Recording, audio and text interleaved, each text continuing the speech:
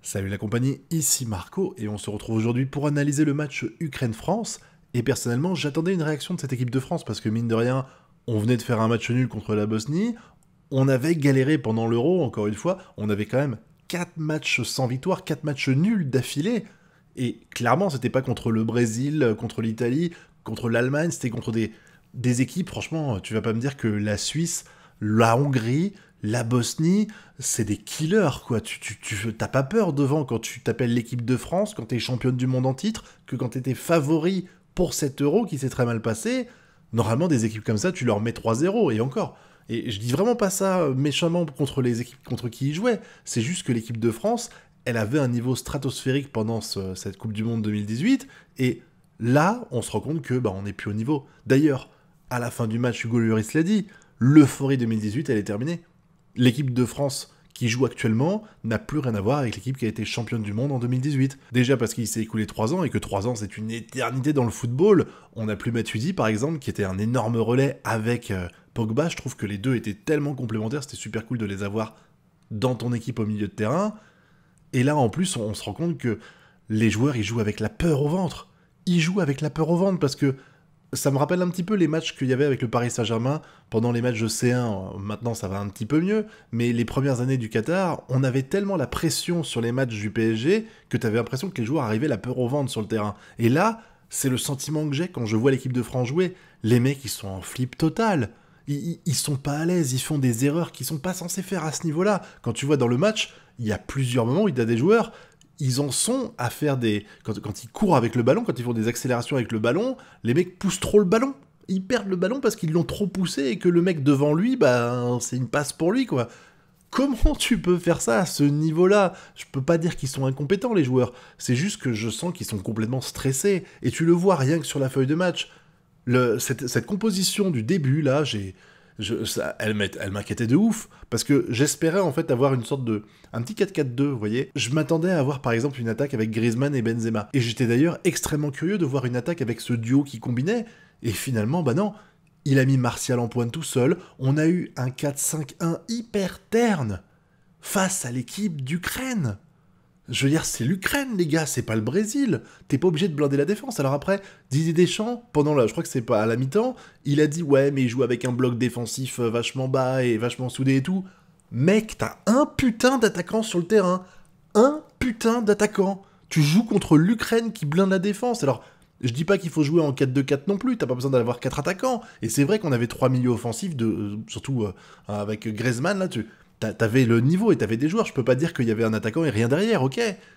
Mais c'était évident que quand tu joues contre une équipe comme l'Ukraine, t'es censé prendre le jeu à ton compte, t'es censé montrer que tu domines. Là, non seulement, comme il le disait, ils avaient un bloc défensif hyper soudé, hyper serré, hyper bas, mais en plus de ça, les mecs, ils dominaient le jeu. C'est pas comme des fois vous voyez des matchs où t'as l'impression que il y a une équipe qui sent qu'elle est inférieure techniquement et tactiquement, et qui décide de jouer vachement en retrait, et qui se contente juste de faire des passes en avant, en profondeur, en espérant qu'au bout d'un moment, l'attaquant arrive à mettre un but sur un malentendu. On est très loin de ça. On est très loin de ça. Là, j'ai vu une équipe d'Ukraine qui, pour moi, a quasiment dominé le match. Alors, je me suis beaucoup plaint d'avoir toujours un peu le même schéma tactique avec très peu de changements, surtout à la pointe de l'attaque. Là, Deschamps, il a décidé de tout casser, de faire autre chose. Il a mis Martial en pointe, honnêtement, je m'y attendais pas du tout. Et surtout, on a le retour de Rabiot. Mais Rabiot, c'est un fantôme ce mec, Dubois aussi, putain, je veux pas être méchant, mais le mec, je l'ai pas vu sur le terrain, c'est-à-dire que quand j'ai radé à la fin du match, j'ai vu sur les sites internet, on voit les notes des joueurs, j'ai vu Dubois, j'ai fait merde, Dubois il jouait là. J'ai pas vu Dubois sur le terrain quasiment, il s'est rien passé. La défense, on sent qu'elle est hyper fébrile. Là, Kimpembe et Zouma, waouh, c'est dur quand même, hein.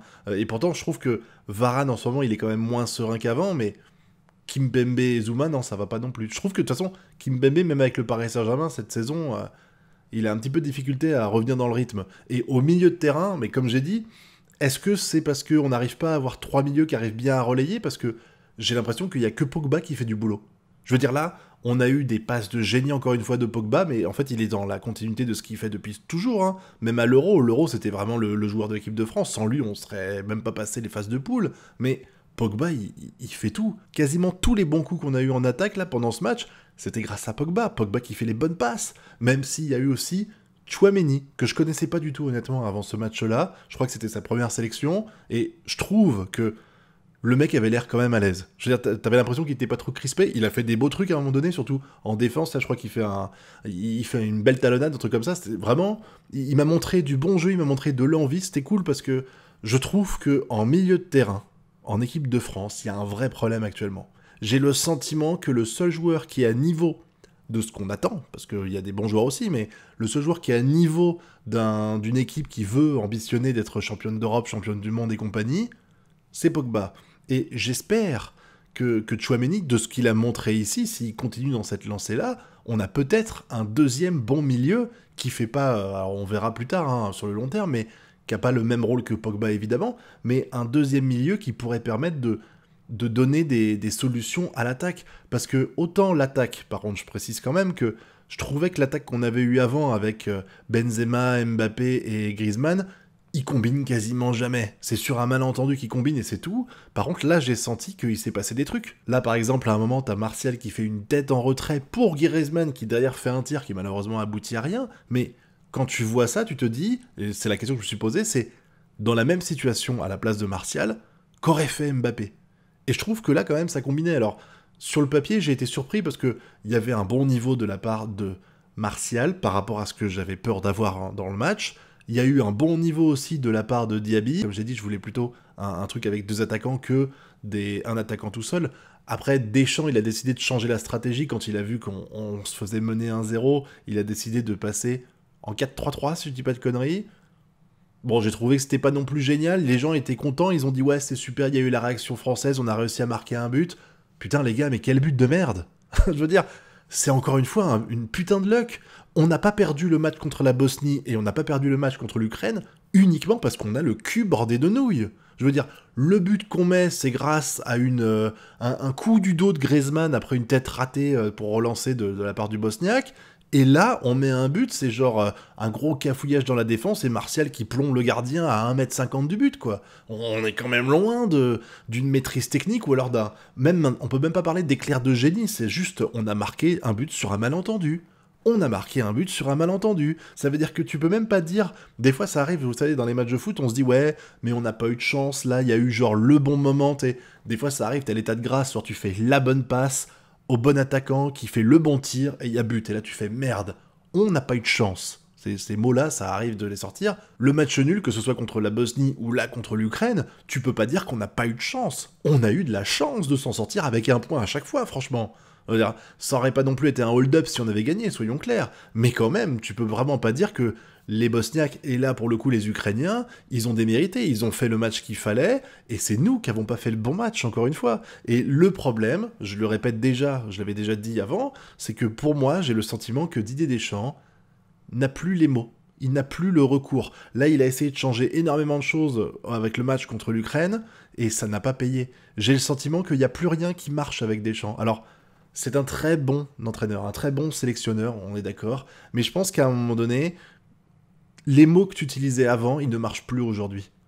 Parce que avant, quand t'expliquais à des joueurs en 2018 qui avaient rien gagné avant en compétition nationale, enfin en équipe de France, tu leur disais va faire ça, fais ça, les mecs ils disent oui patron et ils le font. Et j'ai le sentiment que les joueurs, le discours de Deschamps était moussé. Et que les phrases qui pouvaient sortir en 2018 pour certains joueurs afin de les motiver à bien jouer, et ben ça ne marche plus en 2021. En fait, j'ai tout simplement l'impression que Deschamps, il est complètement dépassé par ce qui se passe, qu'il n'a pas de solution à apporter. Et c'est pas sa faute, c'est-à-dire je suis pas en train de dire ouais Deschamps quel connard, il faut qu'il se barre. Par contre, je pense qu'au bout d'un moment, il y a un besoin de renouvellement. Ne serait-ce que pour renouveler le dialogue, pour que les joueurs ils aient besoin d'un peu de nouveauté, tu vois, une autre façon de faire les entraînements, la sélection, de changer le schéma tactique, parce que même si Deschamps le change, il reste quand même sur les bases quasiment identiques. Et je pense, encore une fois, et je l'ai déjà dit dans la vidéo sur la Hongrie, que ce serait, enfin pas la Hongrie, pardon, la Bosnie, que ce serait peut-être le moment de faire venir Zinedine Zidane. Sans dire, encore une fois, je veux pas démériter, Deschamps, il a fait le taf, il a rapporté la Coupe du Monde à la maison, franchement, il y a rien à dire, mais je pense que là, il est temps de passer le flambeau. Il est temps de passer le flambeau avec un Zidane qui apportera des idées neuves que j'ai l'impression que Deschamps n'arrive plus à avoir, ou même quand il a des idées neuves, c'est pas les bonnes idées, je pense qu'il est dépassé par ce qui se passe tout simplement, et que ce besoin de renouvellement, on l'a. On a besoin de montrer aux joueurs que le discours a changé. On a besoin de changer aussi l'effectif, putain. On a besoin de retirer, franchement, je suis désolé, mais Rabiot, il a pas le niveau, je suis désolé. Et il faut peut-être pousser. Alors le problème, c'est que Zidane, il kiffe Mbappé, donc peut-être qu'il mettra Mbappé en pointe, en genre grand leader de l'équipe, alors que je pense que ce serait une belle connerie. Mais on a besoin de faire quelque chose pour faire bouger les joueurs, pour qu'ils aient peur, non pas des journalistes et des supporters qui pourraient se plaindre du résultat, mais qu'ils soient galvanisés par le sélectionneur. Et j'ai le sentiment que Deschamps ne fait plus ça, ne peut plus galvaniser les joueurs qu'il a sous la main. Là où avant, on parlait de la culture de la gagne de Deschamps, que ce soit à Monaco, où il a quand même amené l'équipe jusqu'à la finale de C1, ce qui était clairement, quand tu vois l'équipe sur le papier, on n'y croyait pas, même si elle était très bonne, hein, voilà. Et il a réussi à rapporter le championnat de France à l'OM après 18 ans, 20 ans de disette, je crois, et il a réussi à rapporter la Coupe du Monde, grâce aussi au travail de Deschamps en amont, mais il a ramené la Coupe du Monde à la maison. Je dirais rien, vraiment GG à lui, mais je pense que maintenant il faut passer à la suite, et il faut réagir maintenant. Il faut pas attendre, il faut pas lui donner la chance de jouer son titre à nouveau pendant la prochaine Coupe du Monde, parce que là, le temps presse. Le temps presse, et si on veut pas avoir une équipe de France qui passe pas la phase de poule à la Coupe du Monde au Qatar, il faut tenter autre chose. L'équipe de France qu'on avait avant n'existe plus.